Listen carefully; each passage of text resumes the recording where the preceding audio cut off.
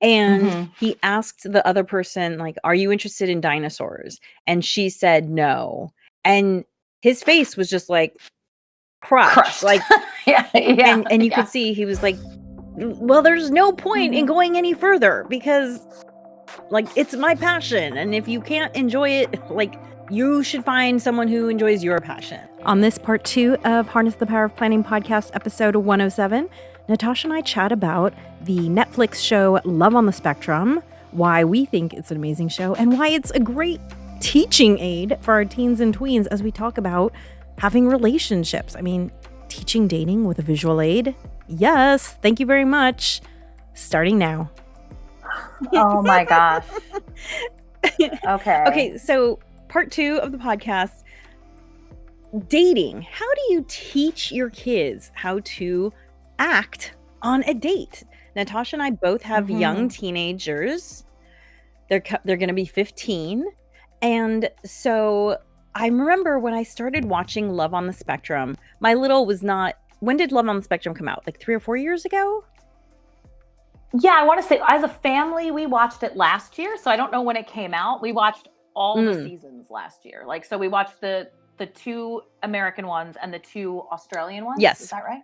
We couldn't get enough of it, honestly. I want to say it was last year. Maybe it was, yeah, let's say it's 2024 is when we watched it.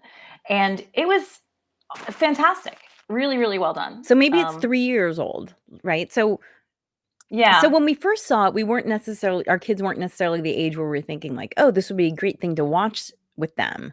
But then I had watched it, I think when it came out 3 or 4 years ago.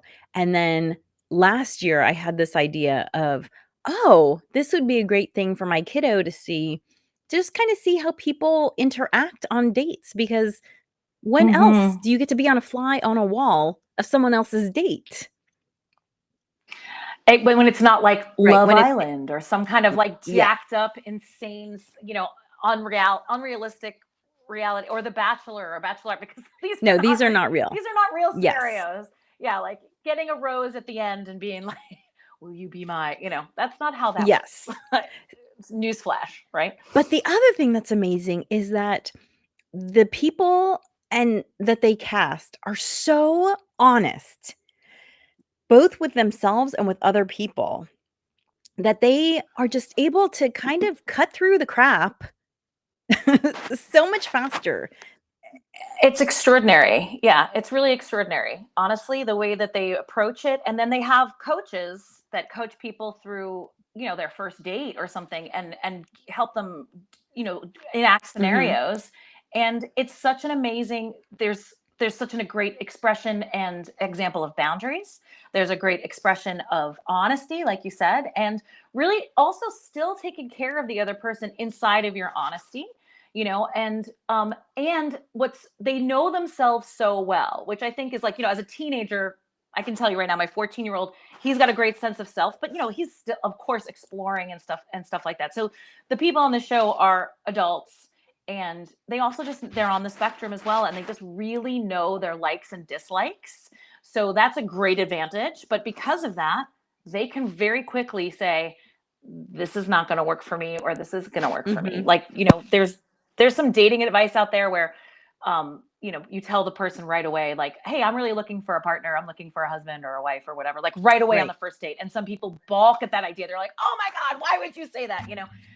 And of course their thought is, why waste yours and their time? If they're looking for something completely different, why get 6 months into the relationship and then have that conversation and that person go, oh yeah, it's not on my radar at all, and that kind of thing. So I think like there's so many lessons inside of this show, and also you get so invested in their love life and how it goes for them. And, and I know that a lot of, it's reality shows, so it's how things are edited and so forth. But I do feel like the producers are very respectful of the cast members and the dates that they're on. And it really is, I feel like it's very well done. It's not exploitive, where a lot of reality shows can be that.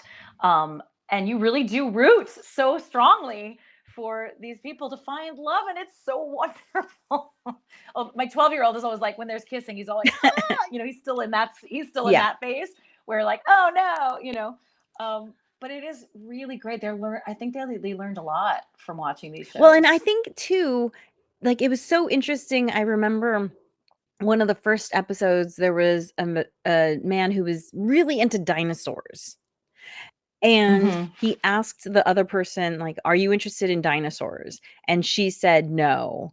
And his face was just, like, crushed, Crushed. like, Yeah, yeah, and you yeah. could see he was like, Well, there's no point in Mhm. going any further because, like, it's my passion, and if you can't enjoy it, like, you should find someone who enjoys your passions." And I 100% agree with that. Like, I think in, like, if you I don't even know if we need to label it in neurotypical dating, whatever, but just in 100%. Yeah. mainstream dating, we tend to think Mhm. like, "Oh, well, I can put up with that, or I can fix that, or I can change that." And, like, Mhm. why? Why? If he likes dinosaurs, he has the right to be with someone who likes dinosaurs, you know? Absolutely. And so And they also really show you how they practice being Mhm, flexible too, right? So inside of, like, for that person, that's a deal breaker. Dinosaurs is a deal breaker, but she's into, I don't know, My Little mhm, Pony, and and he's like, okay, I can get down with her talking to me about all the My Little mhm. Ponies. You know what I mean? Like, so finding a way to be flexible inside of it too, and practicing their flexibility and talking about and recognizing that sometimes they have a hard time, being flexible, um, is also a great journey too. So it's like, know what you want and be okay to be and ask for that, or know that that's a deal breaker, but also finding those places where you could be flexible too. Yes, absolutely. And then also there's great coaching that happens that you could replicate with your kiddo. I coach my kiddo on what to say all the time. She actually We went around to local businesses and she passed out resumes, and I walked her through, like, let's practice. What would you say? And we tweaked it and she practiced it, and they do that. So there's a coach who she had this one Mm-hmm. exercise where she had a ball that they were passing back and forth to each other, right? They were on the ground and they were just rolling the ball to each other. And while they were rolling the ball, she would ask typical date questions like, "Oh, what do you like to do?" Roll the ball. Mm-hmm. And the ball rolling one was to give the idea of taking turns, because some of Mm-hmm. the people are very honest about the fact that they love to talk. And the coach is like, "That's great. On a date, though, you wanna share the talking." And but it also the ball rolling's also great because, hey, when you're on a date, there are other things happening, and sometimes it can be hard to stay focused on what it is that you wanna, accomplish, which is getting to know this person.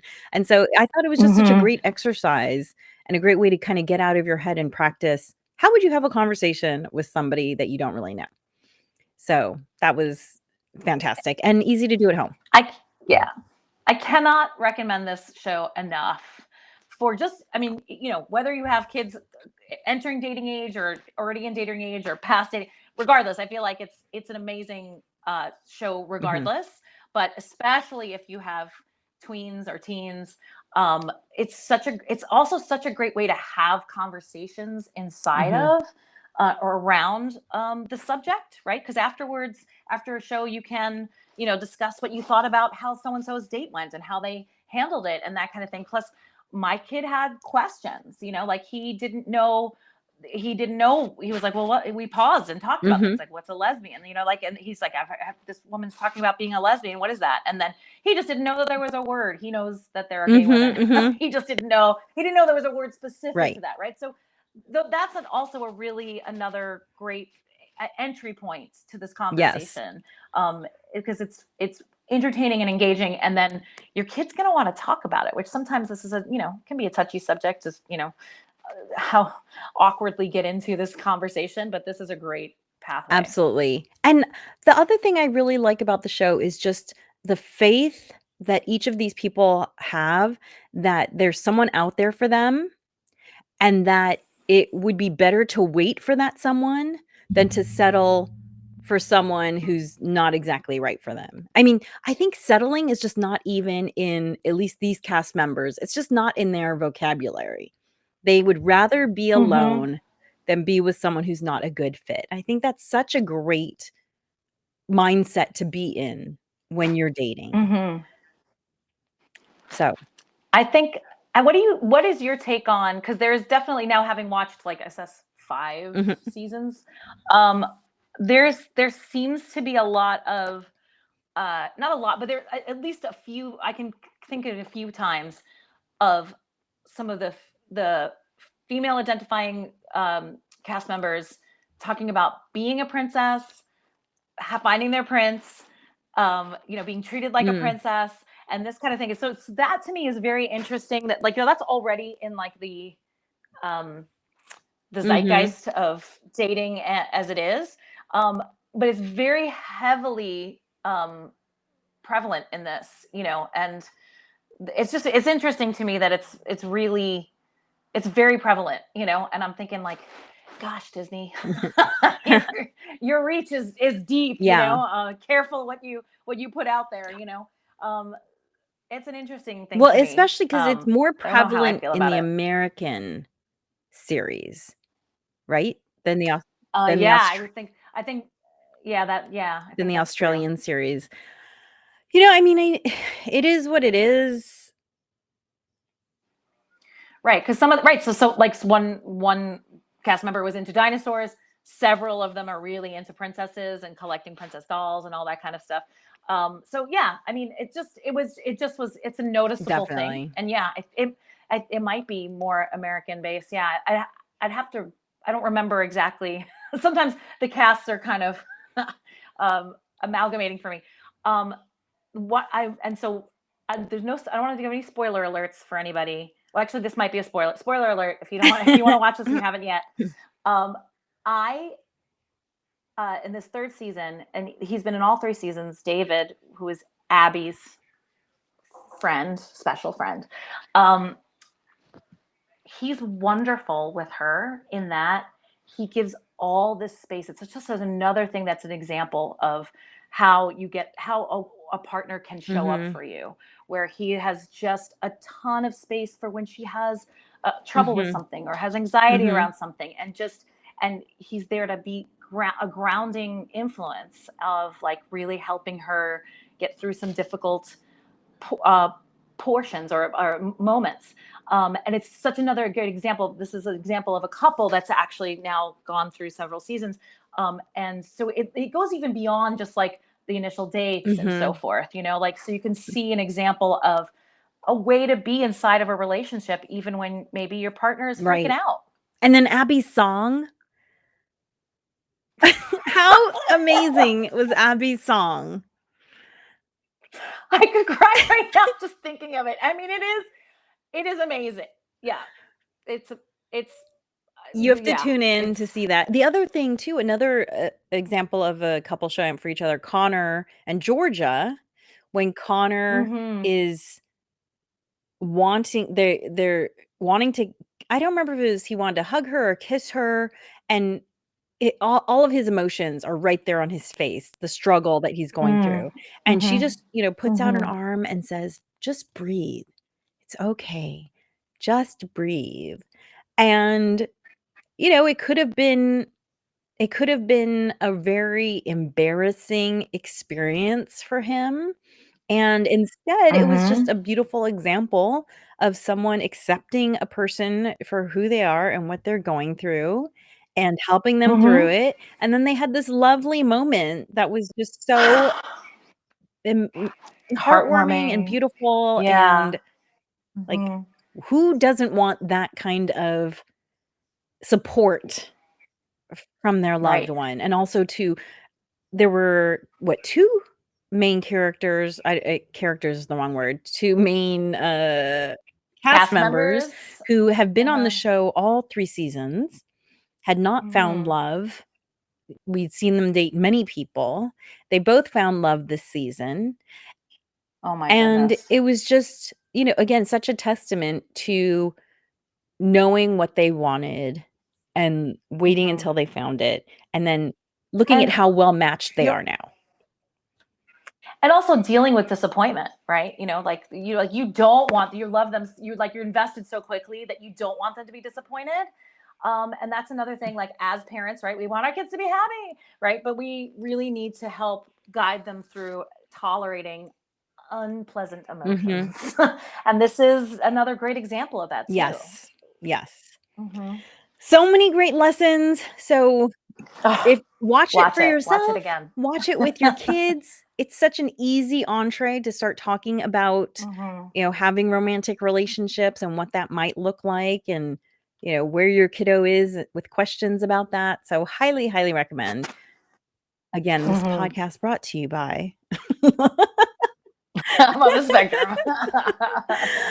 So thank you so much for joining me, Natasha. It was so much fun to chat with you about these things.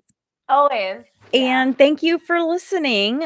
I am here every Thursday live. You can also always re-listen to this as the Harness the Power of Planning podcast.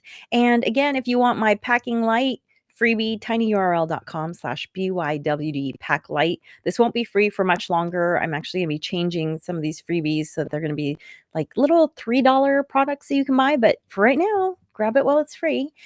And as always, planning makes everything easier. Thank you for joining me.